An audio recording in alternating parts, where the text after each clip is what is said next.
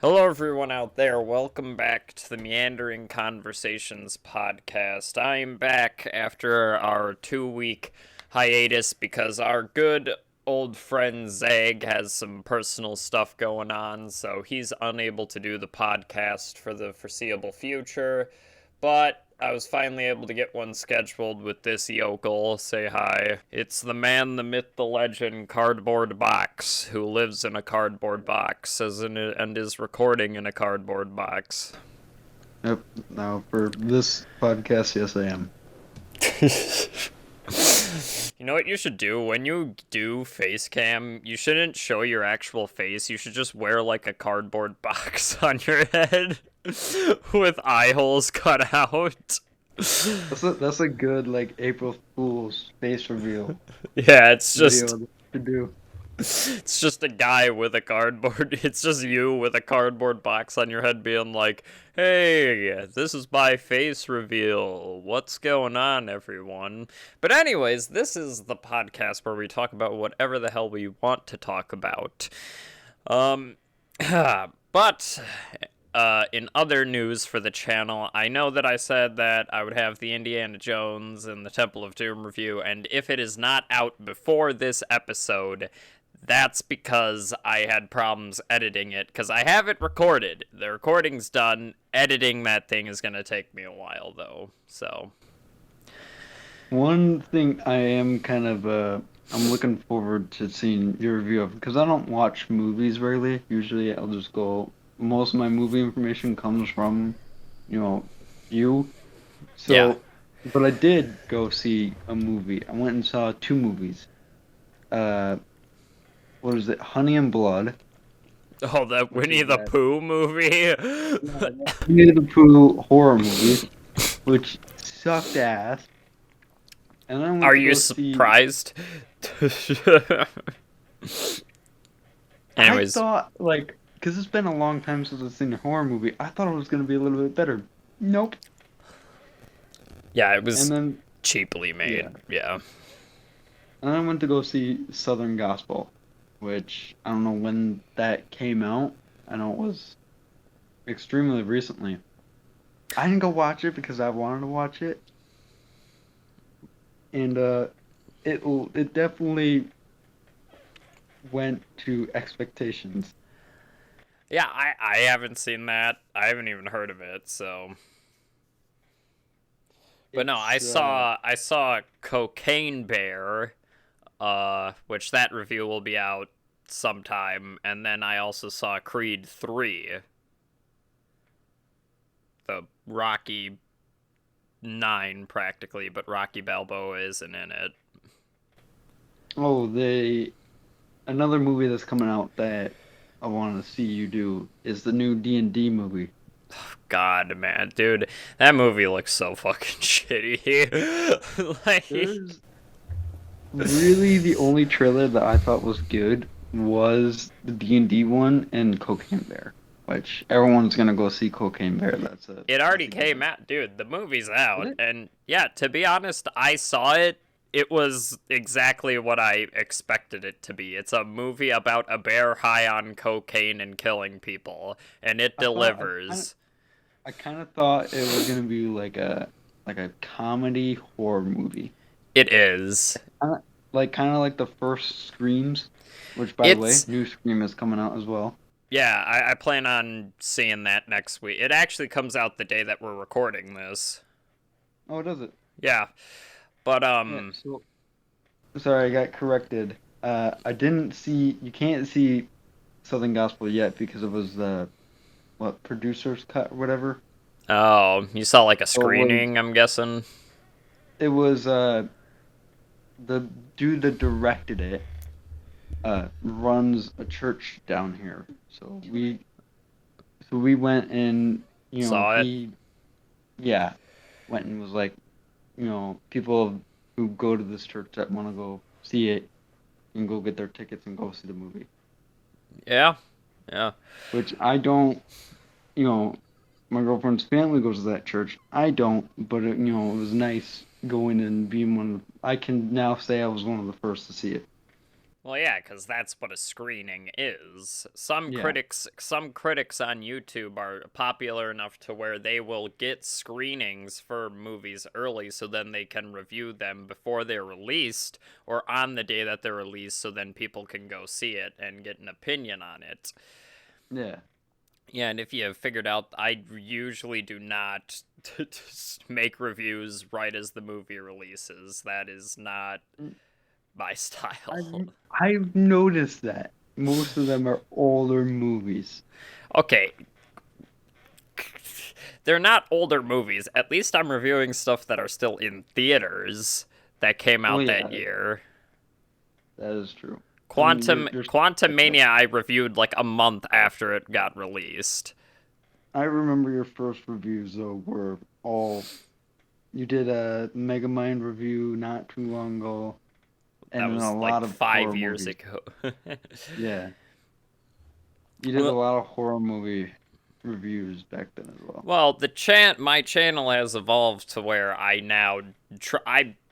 What I plan on doing is for classic older films like Indiana Jones or even just older movies in general. I plan on doing the in-depth movie reviews instead of doing the review what I do for most theater stuff where I just talk in front of the camera for 15 minutes and cut anything that I don't like. With the in-depths, I actually go more in-depth into the movie and even use audio like video clips because if you check out my Raiders of the Lost Ark review, that's what I do for that one. Oh yeah. Yeah. What I thought you should do with the D&D one that's coming out. If you do just a 15-minute in camera person, cause what I know, I don't play D&D and I haven't had it really in depth explained to me. But I know you've been playing D&D On the or you're on the yeah, in the podcast. other Yeah. podcast. So you have a lot more information than me. I would like it to be like a one that kind of evaluates it from what D&D actually is and Hollywood's depiction of D&D. I would have to like either do that video with Zag because he knows more about D&D than I do. I'm learning it from playing it on the podcast, but I have not played it outside of me playing it on the podcast. I've never played from what I've heard it's just basically you have someone that makes up a storyline The Dungeon and then you Master. just kind of yeah, the dungeon master makes up a storyline and you kind of just go along with it Well, yeah, and you it's roll a dice to see how good of, moves you're doing. so pretty much how it works is a lot of it is like a set script from the DM side. Like Zag usually keeps it in control while me and Jacob are the players in the game and we have characters and we're allowed to like if you're having a dialogue scenario with somebody, you can roll a persuasion check to persuade them more, or you can roll a intuition check to see like from body language if they like will reveal a secret from their double motives. Like an example is not to spoil the episode, but in the second episode, which is the last episode for right now because Zag isn't able to record one, um we ran into a combat scenario and I was able to completely defeat what his idea for the combat scenario was going to be because I outsmarted what his plan was. So it's kind of you versus the dungeon master, but the dungeon master kind of owns the story. Yeah, so the thing is the dungeon master is able to work around and like rewrite things if certain things don't go exactly the way that they go. And dungeon mastering is a harder thing to do than playing the game because you have to be willing to adapt to other like if you plan it going one way but it goes another way, you have to be willing to adapt it to go the other way. You know what I'm saying? Yeah. I don't know. With Hasbro's kind of got Does Hasbro not own a game now? So now they bought Dungeons and Dragons. Is there any game that they still don't own? I don't Like know. board gaming? Dungeons and Dragons isn't necessarily like a board game. It's a tabletop RPG. There's a difference, but Yeah. uh, I do not know. I know they've manufactured Ouija boards, and everybody think Do they? That should. I wonder if they're gonna get royalties now whenever Ouija board is in a movie. they probably already do. They created Ouija boards. Really, I did. That is a fact I did not know. Well, yeah, and everybody thinks it's like, oh, this creepy thing that you can use to summon demons when it was manufactured by Hasbro. Fucking the same people that made Monopoly. The spawns of Satan. I imagine like like a religious group at Hasbro's headquarters with like a cross and holy water being like, "Begone, demon! I will cleanse thee from this earth." That is curious to me. What what were they thinking in that boardroom? Thinking of a new game to be released. Like, all right, guys, we need a new game. We need it I think it hip with was the released religious in the group. not 60s, 60s. Let me We need a new board game that's gonna connect with our youth. What do you got? Oh, we got the game of life, of course, but updated. What do you got, Jim? A Ouija board. Huh. So you can connect with your demons. Uh, you're tired, and we're gonna take your idea. Okay, the word Ouija itself was created in 1980. God, that's. I thought it was gonna be older. Oh, I no, thought sorry, the sorry. No, 1890 is what I meant to say. 18. Okay, that's a bit older. I thought it was gonna be something like ancient shit. I thought it was Dude, gonna be like some. everybody thinks this stuff is like some ancient demonic stuff when it's not. It's not. Cuz Ouija boards, they are not technically supposed to be for talking to spirits. They are, I think, do not quote me on this, but I think what the point of them is that they are meant to be like what the user's psychological like evaluations spell out. So it's more of like a psych test than it is an actual like Uh, spiritual conduit. Yet again, I'm do guessing not fact check me on that. I'm just pulling what I think I've heard about them. that makes a little bit more sense to me because why would a spirit, especially like some of the big spirits that are known out there, want to talk to you on a fucking board? Well, it's like I'm also not a believer in the supernatural or paranormal, mainly because there hasn't been any evidence to fully prove it for me. I need evidence that can't be unproven, you know?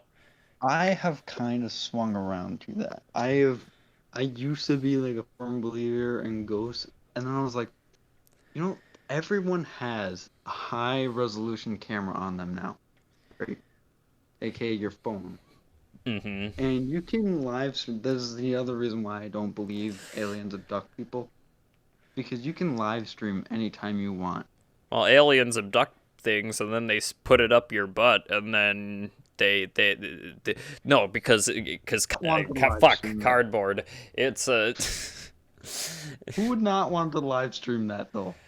but cardboard, it's a whole conspiracy. You see, the aliens created and are using the cellular network, so if anybody tries to live stream, they can just block it immediately. I think if aliens were coming to Earth and they didn't want us to know that they were here, we wouldn't know. Yeah. And like my problem with every single one of those like UFO footages from like aeroplane space stuff where it's like infrared and it's just a little dot moving. So many other things can be That's explained to be that. yeah. And all of like the UFO footage that's like actually on a camera, it's like a 1920s camera. Like, yeah, I don't see. And then every single cryptid zoology video, it's always the shittiest quality. It's just one black thing, and then a person doesn't know how to hold their phone, so their arm turns to jello and can't focus on the creature.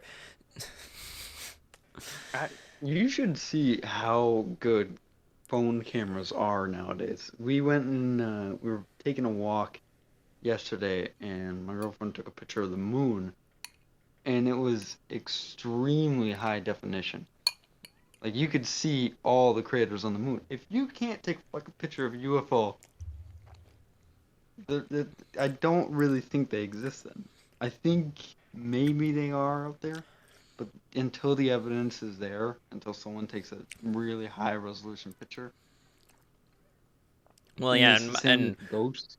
yeah, and one of my favorite series on YouTube is you've heard of Corridor Crew, right? I have not. They're a VFX warehouse, and they do like the VFX artists react. And a series that they've been doing is VFX artists react to like ghost videos or UFO stuff, and they just point out, just from simple filmmaking point of views, that it's either visual effects or just them using it in a very clever way. And yeah, it makes sense because Yeah. nowadays everybody has these PCs with 3090 graphics cards, so you can crank out anything with low res cameras and shit to make it look real. Because the thing is, with visual effects, the shittier the camera is, the easier it is to sell it. That would be cool though if ghosts were real, but billions of people have died in this world. If there are ghosts, there would be way too many. Well, yeah, and I always have this like I always point this out that, Einstein said energy can never be, was it Einstein who said that energy can never be destroyed, it just gets turned into something else, and Yeah. humans have And energy in us technically. yeah, we have energy, and when we die, that energy goes to the ground. Yeah. And we don't know where that energy goes. I mean, if there is ghosts in consciousness, like, I'm all for it, but I just need evidence. That's the problem. Yeah. If there's not substantial evidence that I cannot disprove, I do not believe it. Well, I know some people do the because just because there's a lack of or an absence of evidence doesn't mean an absence or what is it's something like that. An It's absence the of Santa evidence. Claus. It's the Santa Claus argument. Just because Yeah. seeing isn't believing, believing is seeing. It yeah, it's I would love there to be, and I think when we die the energy goes to the ground and it gets brought up in plants, Well, and then the yeah. plants get eaten by animals, and we eat the animals, and then we give birth, and then So it's little the babies die. it's the whole fucking Lion King thing. Yeah. Simba, So the circle of life is. one interesting thing I did see though is or was watching is scientists have a new there's a theory going on in science because of course the Big Bang and our universe is expanding constantly. It's constantly getting older and constantly expanding. That I think they said in 20 billion years, so we're gonna be dead by the time this happens. There's gonna be the Great Rip. Just So, the biggest ass fart that ever happens in the galaxy. You just hear. but it'll be where all the atoms and everything in the universe are gonna be destroyed instantly, and then it will restart. Yeah, I mean, if that's what Futurama said, because that's what happened in Futurama. The world ended, the universe collapsed, and then a second Big Bang happened, and time just repeated itself. I would like to believe there's alternate universes. The Parallel worlds. yeah, the infinite amount of universes. because I would love to meet the black me. God, just be like, give me the end pass. Well, that's the That thing would be. about parallel worlds is like it's such an interesting like thing to explore, especially since like this Marvel Cinematic Universe is starting to go on multiversal levels to where you get so many different variants and you like see these different kind of things that are happening. I like the idea of multiverses and how they can interact with each other. Have you heard of the movie Everywhere Everything All at Once? I have not. So in that movie, it's a multiversal movie, and in that movie, they see the other people, their other alternate lives for like they don't travel to the other universes. They like swap their consciences over. So like it's like an action movie, and to like for the main character, who I think is Michelle Yeoh, like a very popular Hong Kong martial artist for like it's like the female version of Jackie Chan. Um, for the character, she doesn't know how to fight normally, the version that she's playing, but then she uses like this headset that's given to her, and she's able to jump into the other universe and get like the information from that one who does know how to do kung fu, and then she's able to fight. I think that you're now ringing the bell on the movie. I think I've heard about it now. Well, it's also But very that'd be similar to the Matrix on how they download stuff into your brain to yeah. give you But that'd be abilities. so interesting that if sometime, obviously not in our lifetime, but someday there will be the ability to travel to these alternate universes. That maybe like some wild Einstein out there in an alternate universe is gathering the technology to travel to our universe. Well, yeah, it's like a bunch of people think that it's like each time it's the butterfly effect. Just a small choice can lead to a gradually different outcome. But my one question about it, because I'm not a hundred, I would love to believe it, but there's one little thing that I'm kind of not 100% truthful on. Because we don't have the technology to travel to an alternate universe. But the infinite universes would mean that there is a universe that has that technology. Well, yeah, that's the problem is that it's an interesting theory, but it can't be proven. I mean, it's the same Yeah. thing. It's the same bullshit as time travel, where it's like if somebody figured out time travel in the future, why haven't we seen them? You know what I mean? Yeah. I know that Einstein also said that technically he thinks that it's possible to go into the future, but he doesn't think it's possible to go back in time with time travel. I think you can only travel in time the time that the time machine was invented. I don't know. That's they just some bullshit rules that they make in the future, huh? Well, like you can't well, like that's with what Einstein said, you can't make yeah. energy out of nowhere.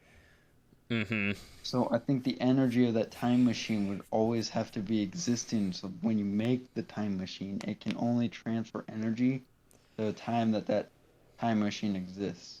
Well, yeah. It's also like this is getting into time travel now, where it's the paradox effect, where if you willingly go back in time and try to change something, that thing will never exist. So then you in the future would never have made that. Say if we had a time machine and we wanted to go back in time and kill Hitler, Hitler would never exist. So then we wouldn't know to go back and kill Hitler.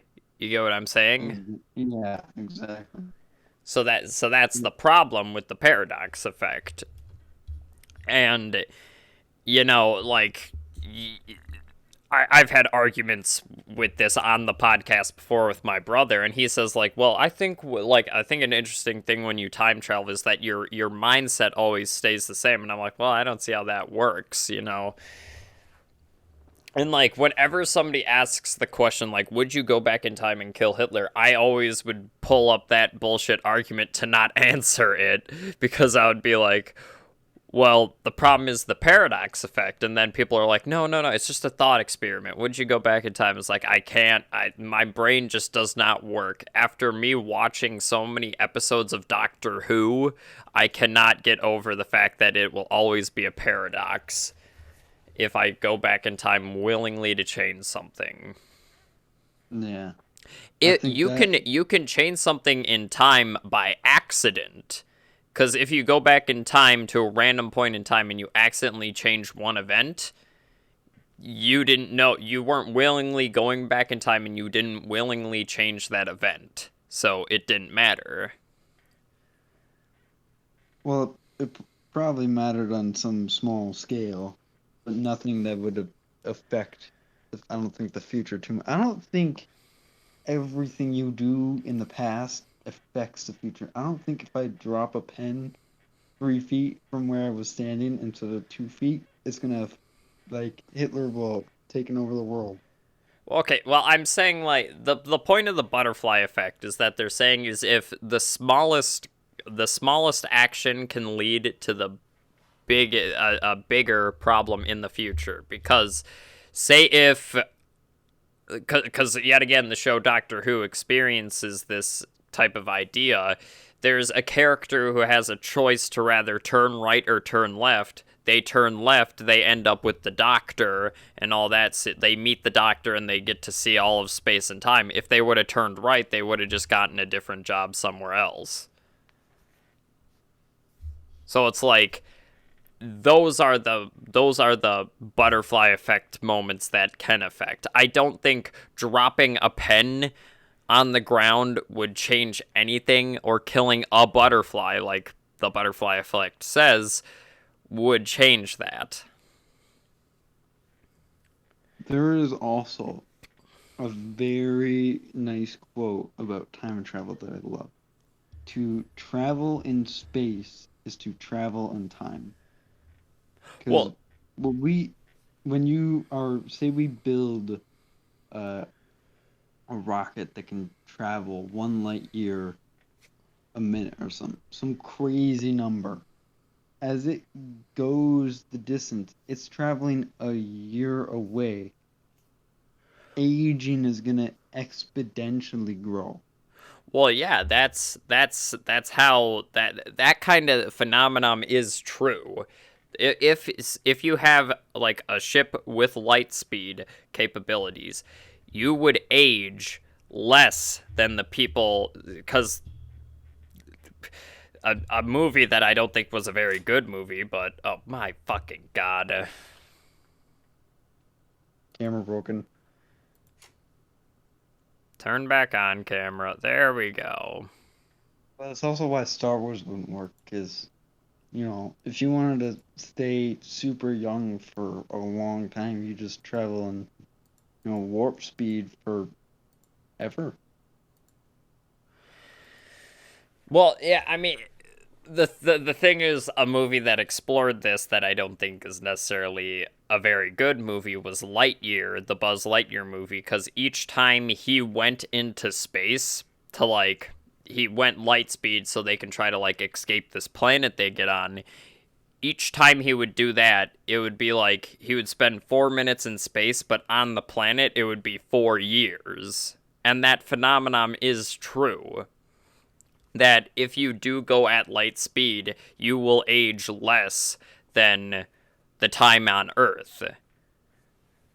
I think that is the only time travel that will ever exist. And that will be very cool when it comes to, because you can't say, if you were alive and that technology existed, you would want to try it. But the problem is then all the people you know would be dead by the time you came back. That is true. But if you just do, like, say 1 year in the future, you could time travel basically 1 year into the future. Well, the thing is, you would have to math that out. That's the problem. You would have to exactly know how much time you need to spend at light speed to travel a year within a minute. I think by the time we figure out that technology, we'll be pretty good at that math equation. And the thing is, people are getting smarter every day. Well, yeah, the bullshit argument from, like, parents saying, like, oh, the kids these days, they're so fucking dumb on their TikToks and the cell phones, and it's like, I'd like to point out that just because we spend time looking at this doesn't mean we're any stupider than you guys were, hate to tell ya. And the thing is, okay, so back in, the 60s, they weren't teaching basic algebra in schools. It was like a very unknown thing. Mm-hmm. But now that's the requirement, and everyone knows it. Well, yeah, as by the time we're in our 60s, there's going to be 16-year-olds that are smarter than us. Well, yeah, and then people say that, like, forgot what example. Oh yeah, so people say, like, examples like giving somebody like our age a rotary phone and, like, giving us like 10 minutes to try to solve how to use it. Of course we're not going to know how to use that. Like, that doesn't make us dumb for not knowing how to use that. Like, if you give humans enough time with something, they will figure it out. Like, if you would give people of our generations like an hour or two, we would probably figure out how to use a rotary phone. That is true. And actually, I did some research on it. I thought humans, because the argument that I always learned was humans have the biggest brains, but that's not true. It's not. Whales had bigger brains, but then there was the argument on humans have the biggest brain per body weight. But that's not true either. Yeah. Of course, in mammals that's true. But most birds actually have extremely large brain to put on it. So I don't get what put us ahead. Because we obviously don't have the biggest brains. Well, So evolution usually leads to something. I mean, yes, our brains are not the biggest, but big brains don't necessarily mean the smartest thing. The brain is a fascinating organism, and I'm not a fucking scientist or whatever the fuck I have to be to know information about this, but I think the neurologists are the ones that study the brain. Yeah, from the fact that I don't even know what a neurologist is can prove to the fact that I don't know what the fuck I'm talking about. This is me just extraditing what I'm saying. But the thing is, even though our brains may not be they're not the hugest brain ever, necessarily it's the argument size doesn't matter, because our brains may not be as big as some other creatures, but our brains are still more complex than other creatures. That is true.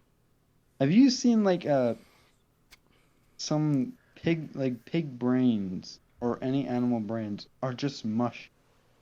Like the human brain is so complex. Like it's got all those divots and everything, and just a neurologic. Like it's so complex compared to other animals' brains. Yeah, also, speaking of whales, just to get us back onto a funny topic, instead of us having this serious conversation about science and the advent of time travel and shit like that, have you heard of the whale explosion? I have not. So, no,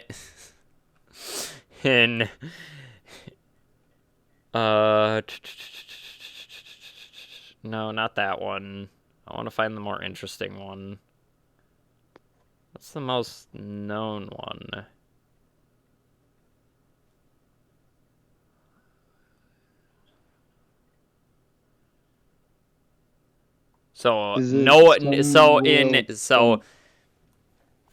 No, November 9th, 1970, a 45-foot-long sperm whale washed ashore in Florence on Central Oregon coast.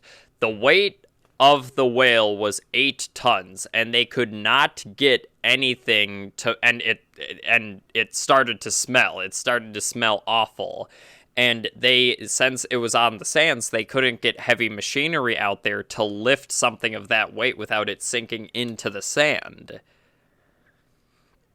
So, instead of, thinking of other ways to deal with this crazy man named George Thornton, who was the engineer of the operation, a military veteran with explosive training, had the idea of, let's put 20 cases of dynamite and under that whale, and let's just fucking explode the shit out of it to get rid of all the whale smell.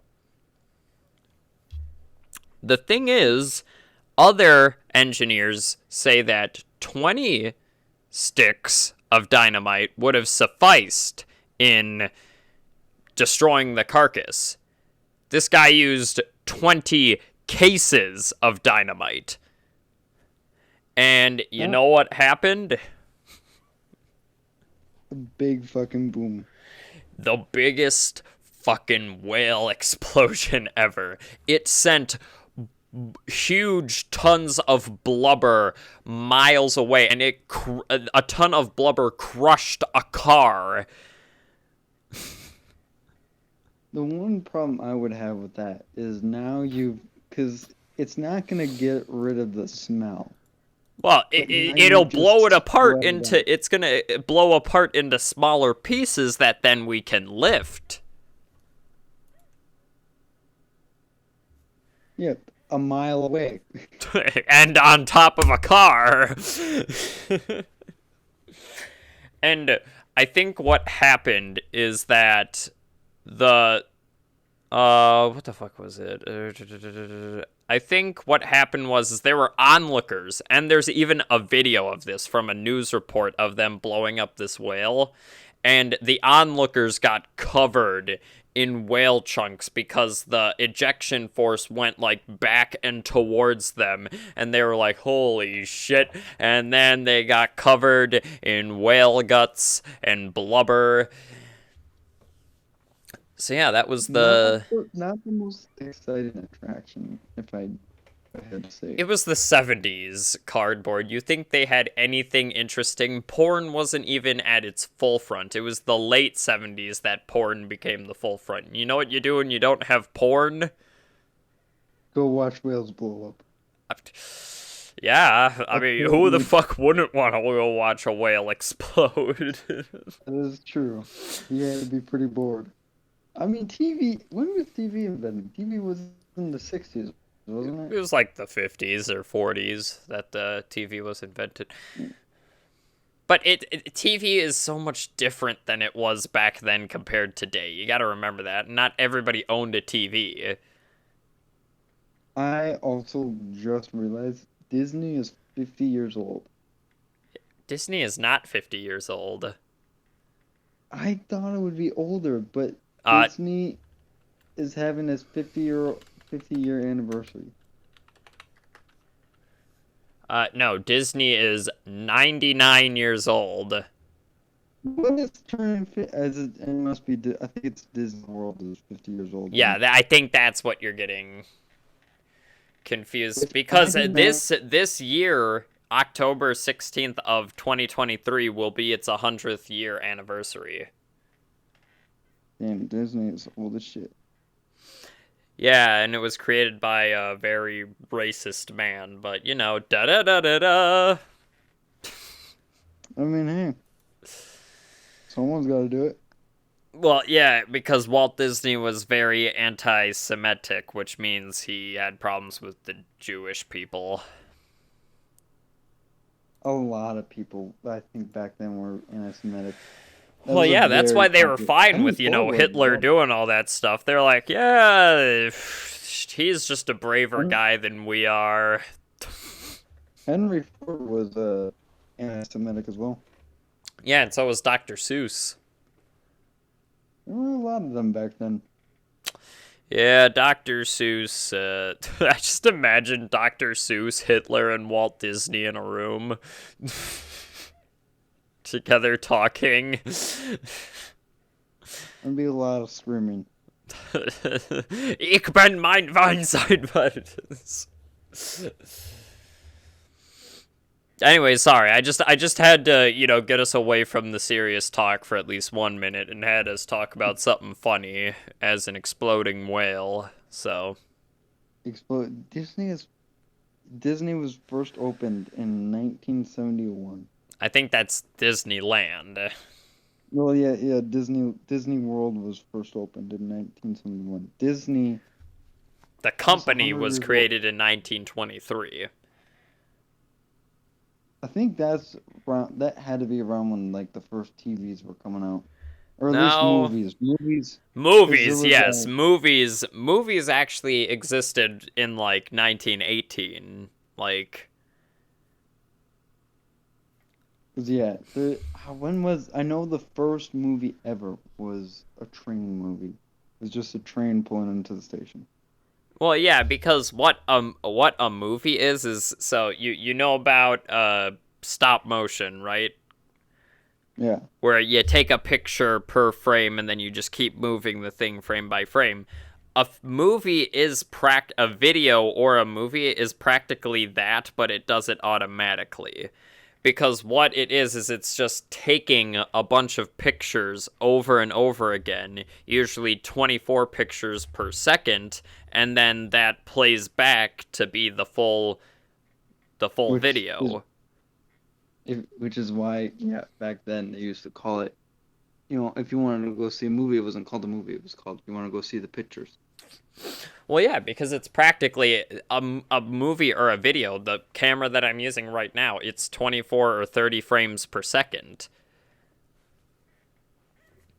Which a frame is just, if I were to slow this down in editing, a frame would be like like stop motion frame by frame. Like, it would just be me moving slightly over and over again, and that's how film cameras and video cameras work. Because you know how when you see like those old cameras and how they're spinning like that? How they like crank it? Or no? Yeah, no, I've seen those. Pretty much what that is they're cranking a roll of film that takes a picture each second, and that's how you make a film strip. Like, that's how that people think film is like so much different than a photo. It's not. Like, so the first movie was in 1888. Yeah. They're old. Well, yeah, until they developed the technology with the crank wheel camera and stuff like that, they had to do it in a different way than what it would be. I think technically stuff back then, I'm not sure how it worked exactly, but early film cameras were a bit different. And that's why, you know how when you watch older films, everything looks so fast?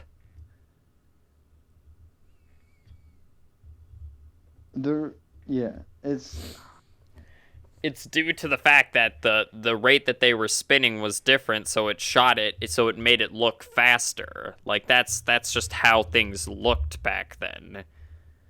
I'm curious on how they're gonna make movies better than how they are. Because if you look at the evolution of the movies, it's only gotten better and better. But now it's reached such a peak that it looks like so high resolution. The thing is, a lot of people, including myself, can tell when something is shot purely digital. And even though digital cameras are insanely high res and they're cheaper because it's digital storage, there is a certain aspect to shooting something on film to where it looks better. Because if something is relatively cheaply made and isn't, like, color corrected or has the best equipment for their cameras, it will look very digital. A lot of movies today look very digital because of this reason. And I think it can work either way. I can tell the difference between a movie shot in 1985 compared to a movie shot today, mainly just because of the color grading and stuff like that. Well, yeah, but how are they gonna make movies do you think 20 years from now they're gonna make movies in virtual reality? I mean, that would be kind of weird. I don't know if that would necessarily be the best direction to go with movies. The thing is, from a filmmaking perspective, what you could do, eventually we're going to get to the point where instead of shooting something that's a temp effect or just a green screen or a guy in a mocap suit on set, we're eventually going to get to the point to where when you're shooting with the camera, you can see the effect and see all what you have planned right in front of you as you're shooting it live. That is true. But imagine Cocaine Bear, but in the perspective, you can see with the camera and everything. You're still in the position of where the camera would be. Oh, so you're saying a full 3D nebulous space where you get to control where you want to see. Yeah. The problem with that is we might get to that, but the problem with that is that the coverage that you would need to get to be able to do that and for it to look good, it would either have to be a full computer generated image based off of, composites of the area or shots in the area, which is possible, but it still wouldn't look as good as just shooting it straight on. Now, there is stuff such as the 360 camera, which captures an area 360, and that's how people do effects for an HDRI, which is to get the lighting of the area, so when you place a visual effect in it afterwards, you're able to match the lighting of the effect with the HDRI that you took.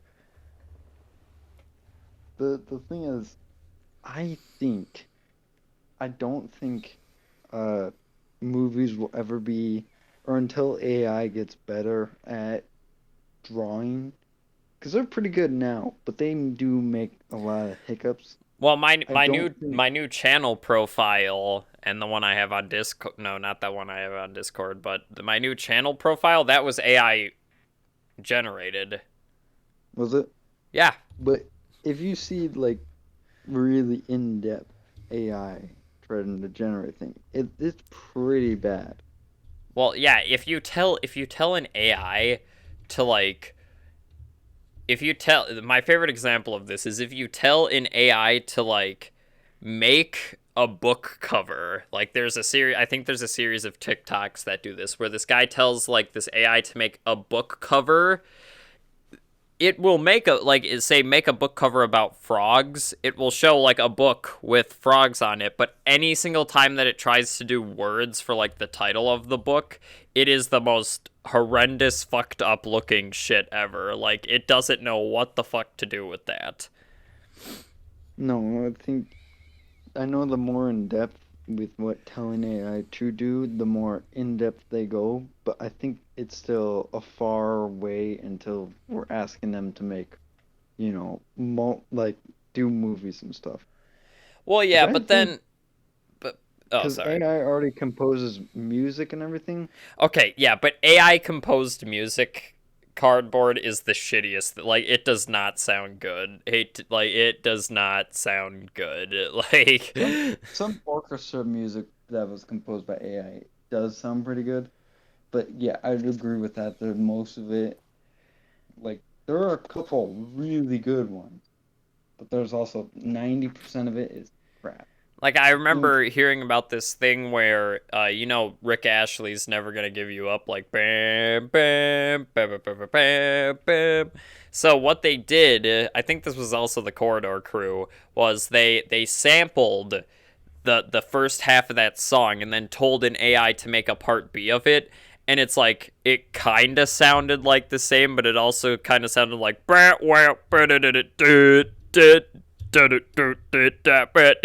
yeah, it did. Technically, yes, it matched in tones and like the peaks and values of like the music, but it also did not sound like that. What it was supposed to like. It didn't sound good. It didn't sound. Yeah, it didn't sound good. I think it's a long way off until AI, but I think there will be a time where AI is making entire movies. Yeah, but I don't know if that would be the most interesting movie. See, like what some people are using AI today is to help them with other parts of filmmaking. It's not have the AI do everything, but it's have the AI help compensate for other things. Yet again, I follow Corridor Crew, which is a VFX warehouse, and they were testing this program. So okay, so say if I'm a guy in a green screen suit, okay, and I want to cut myself out of this frame and put something else on top of it. In the past, what you would have to do for that is every frame that I am moving, you would have to draw a new line around it, cut me out, and then I would obviously have to move, and then you would see the background. And if it's a moving shot, you have to do the same thing. You have to composite moving background elements behind you, and that would take hours for a person to do, correct? Well, yeah. But there is AI systems that will analyze the background footage from other shots. You give it a structure of what it wants to be cut out. It will cut it out and replace the background with the stuff that was there. Like that's what they've been using. And even for like movie writing, you can use software to help just generate some base dialogue if you can't think of anything. Like it can help fill in the blanks of what you're trying to do. Which actually I'm not sure how I feel about AI. Or at least certain types of AI. Like that AI I think is good. But did you hear about there was a engineer at Google that said one of the AIs he was working with became sentient. Dude, that is the dumbest shit that I've heard. Like, I'm sorry, but no, that was bullshit, dude. I hate to tell you, it was bullshit. I think it's bullshit. Like, do you think there will ever be a time where AI is like, well, what am I doing? You would have to define sentience, you know? Like, you would have to do that. You would have to define sentience. And what is the definition of sentience? You get what I'm saying? Yeah. I don't know. I think that's a interesting topic to explore on if AI will ever take over, and is it possible? I think because the way AI that I have at least worked with is you tell AI what to do, and that's all the AI knows. So if you wanted AI to have feelings, you would have to program that AI to have feelings. But now they're making AI that learns. So is it possible that AI could learn that stuff? That it doesn't need humans? So I looked up a AI story generator, and I typed in the AI is taking over the planet and making films. You want to hear what I got? Sure, let me hear it. When we began to make the 7th film, one of our goals was making an extension of the world of the Travelers, and we will do so this time by filling up more of the planet. We are drawing up plans. It's a great movie so far. Yeah, I mean, it makes total sense. It makes total sense, man. Don't you fucking... That's where AI is now. I would love to see. You got any other things you want me to tell this AI to generate?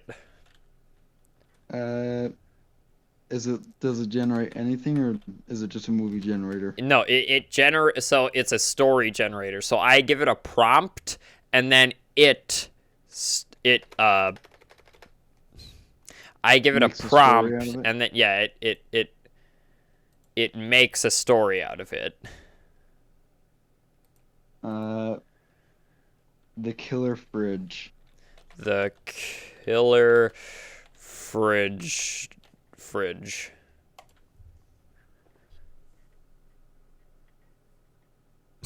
Kim, aka Killian Lacey, is one of the 8 original criminals in the Killer Clown trilogy. As of the 2016 film Killer Clowns in the Closet is officially titled. The film stars none other than Tony Todd as the killer clown who murders 8 men in blank. Tony Todd. I want to meet Tony Todd. He is. He plays the Candyman in the Candyman series. Really? Yeah. An actual dude? Yeah, that's an actual guy. I thought that AI was just bullshitting. No.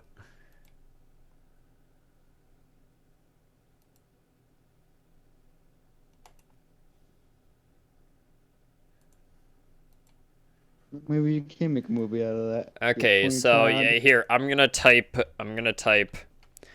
a guy with a big ass walks up to a girl. Let's see what this generates.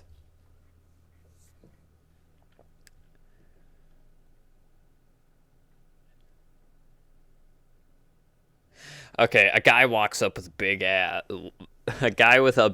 walks up to a girl and looks at her. The girl looks at him, looking confused. The guy asks her to dance. She's happy to do so. They start dancing. She keeps looking at the table behind the dance floor.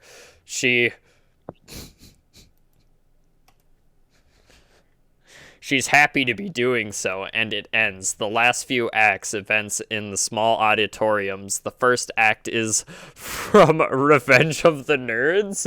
People are really into it. It's full of silly fun. What? How did it go from a guy with a big ass walks up to a girl to now we're watching a movie, Revenge of the Nerds? Here, Phantoms Fanatics reviews a porno movie. That would be a very controversial review.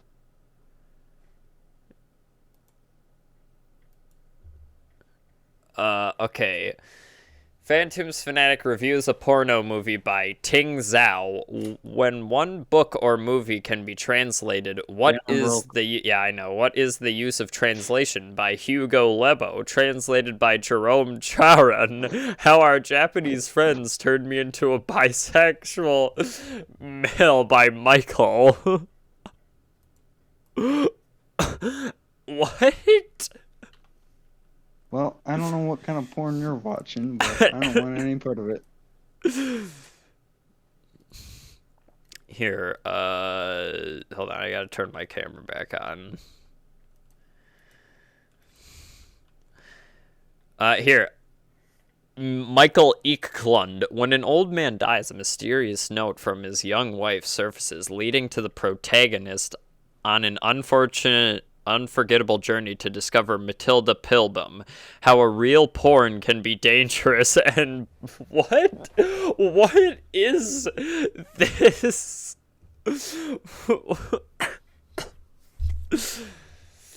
Here, let's do a man with a cardboard box head goes on a killing spree. An 18-year-old man has been arrested in connections of strings of fires. The police say begin in the basement of the house of East Harlem and ended when the man who nicknamed the Clown, why is everything go to clowns? I have no. AI's gotta be like. Okay, what if I just do? He went down to suck that fat long dick. This has gone from very PG-13 to very R-rated podcast. This is just degenerated. Okay. And she wanted to see how far he'd go. After a few minutes, he got all worked up and laid on the bed with a big pout. It's not happening, she told him. I'm so tired. He whined like a puppy. He'd never done that before. He never used the pouty tone either. She got up and walked out of the bedroom, leaving him there. He stared up at the ceiling, waiting for her. She didn't. What kind of movies are you watching? This isn't a movie. Yet again, these are different. Okay, you got a scenario where you want me to type in here? When will this podcast end using an AI story This is a very long generator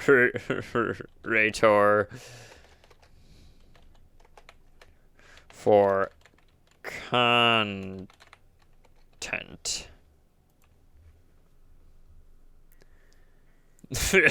Note, I have a Patreon. If you followed my projects over the years, you probably know that I'm using a lot of AIs for content generation. I love how relatively smart the artificial mind has become in the last decade, in addition to how fast... This is just a fucking advertisement for this own site. Oh. That's what that turned into. So yeah, if you guys want to know how advanced AIs are getting, this is how they're getting. What if I just type in dick? Okay, it just types in a bunch of random letters. Okay. wait, okay, so it's dick-5F3D7860DBF7BCD version 0.9.1.10 widescreen support modifies the control for mouse. Many minor fixes. Choose mouse cursor in custom panels. Choose color of the title. I think you gave it a command and not a prompt. Oh, I just typed dick. What the well, enough of that. Well, the AI is not very advanced. Clearly. It's about in kindergarten right now. It's fine if it's in kindergarten. It's not the biggest deal. You know what? Everybody has to start somewhere, and we all start in kindergarten. I feel like a kindergartner would write better shit if you just gave it the word dick to work off of. It doesn't even know what a dick is. At least the AI should know what a dick is. You would think, but apparently it's a command for it.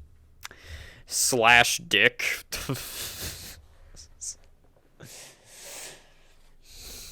I don't know, man. AIs are super weird and wonky, and they don't necessarily make me look like, oh my god, the future, we're completely fucked when AIs take over, because shit like that still happens when I just try to type in simple shit into a AI. Like, Well, like the AI that makes cars and everything, that's smart AI, but that's AI that's been told to do that. mm-hmm. This AI that's trying to just learn on its own, pretty fucking stupid. Yeah, no. Not the smartest cookie. Not the smartest cookie in the crumble. Anyways, we've been going for an hour now, and I think we're good to end it, right? Yeah. That's a good segment in. Yeah, Cookies. an I don't know about that. introspective topic about all the shit we talked about in the first half, and then we just went to typing dick and pussy into an AI, really, that's how much it shows how this podcast is truly a meandering conversation. Went from talking about the time-space continuum to, hey, let's type dick into an AI generator. Yeah, well, anyways, hope you guys enjoyed. Please make sure to like, subscribe down below, share the channel. If you have any other topics you guys want us to talk about, leave those in the comment sections down below. If you want to comment on any of the topics that we talked about, leave those down there as well. Check out the channel, the movie reviews and such as, and check out Cardboard Box's channel, link in the description. Thank him for joining me for this episode. But, yeah, you have any final words? Go say hi to your grandma for me. Okay, that's weird. Hi, hey, Cardboard says hi, Grandma. She's on dementia pills and shit. Who the fuck is that? Anyways, see you guys.